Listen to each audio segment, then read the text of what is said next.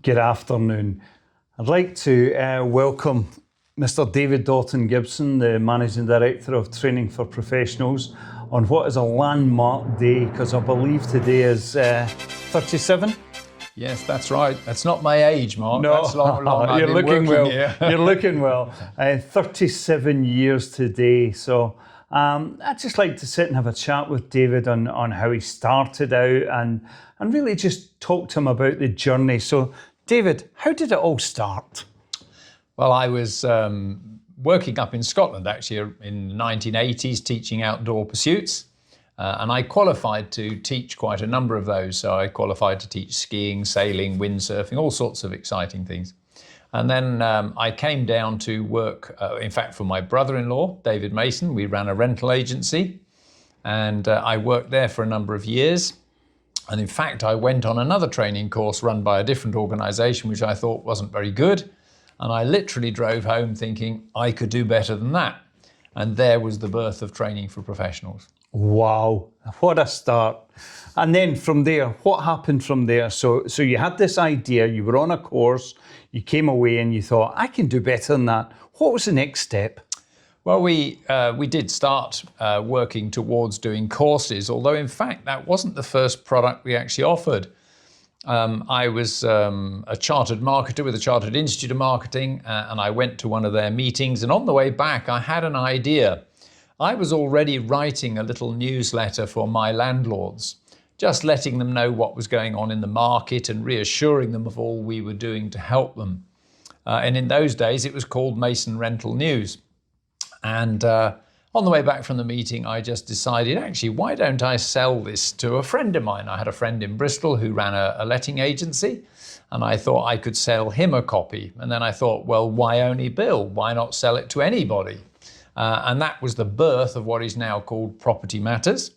And then in 1996, when the Housing Act was going through, we got a lot of phone calls from subscribers to the Property Matters newsletter saying, well, are you doing some training on all this information you're putting out? And so we said, yes, we'll do some training, and we did. And then we grew into the courses. And then on the courses, people were saying, well, look, you've given us loads of great ideas about our tenancy agreements, but rather than us amending the tenancy agreements, why don't you do all the amendments and then we can just license them off you? Hence, our tenancy agreement product was great. So everything we've done has really been responding to demands from the market. Excellent. What's been the biggest challenges? Ooh, that would be telling, wouldn't it? No, it is tricky. It's not an easy business to recruit for.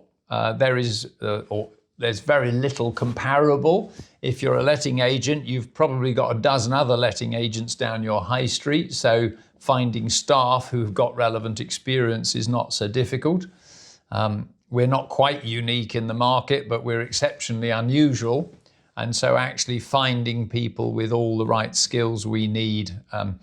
It's not only about knowing the legalities of lettings and being able to deal with those questions.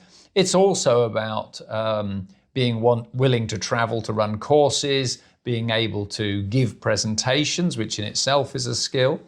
And also little things like you have to be a bit of your own IT support, because when you've driven off to Swansea to run a course, and you plug a projector in and it messes everything up on your laptop, you've just got to know how to sort it all out. Wow. So 37 years. 37 years. What does the future hold? Well, more years, I hope. Obviously, time rushes by. It's amazing. I was with my daughter at the weekend, who herself is less than 37 years old. I actually started working here before she was even born. But no, I mean, we exist to help landlords and agents, and we plan to carry on helping landlords and agents. And is that the most satisfying part of your role? Yes, I do love running training courses. I always say it's not worth getting out of bed if I'm not running a training course. But no, I get a lot of satisfaction out of helping people. It's just something I do naturally.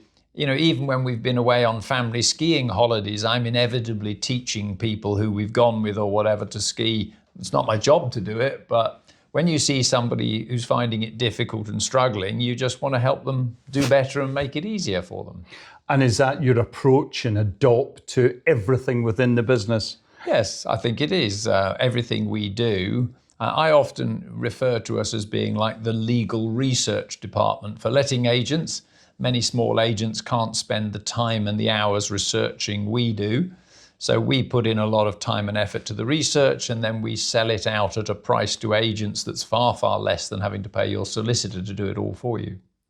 Excellent. And I presume the business and yourself are going to be busy over the coming months. Yep, the Renters' Rights Bill is going to be busy for all of us, isn't it? We really hope that the government will give enough time between the bill becoming an act and receiving royal assent and when they actually commence it.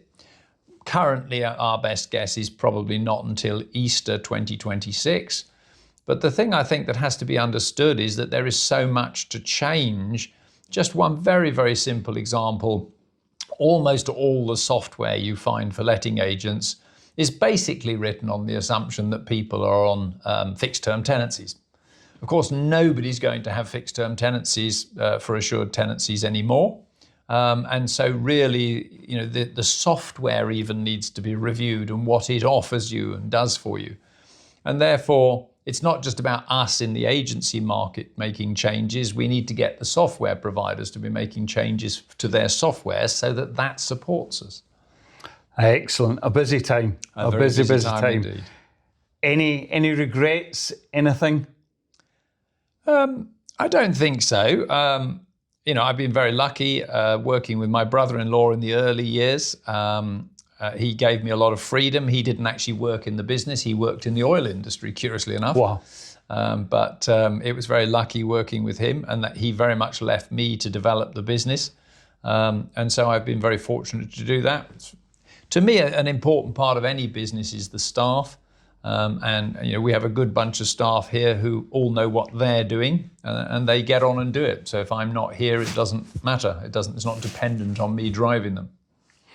Okay, I think that's been a really, really good insight into Mr. David Doughton Gibson, and thank you for your time. Thank you very much.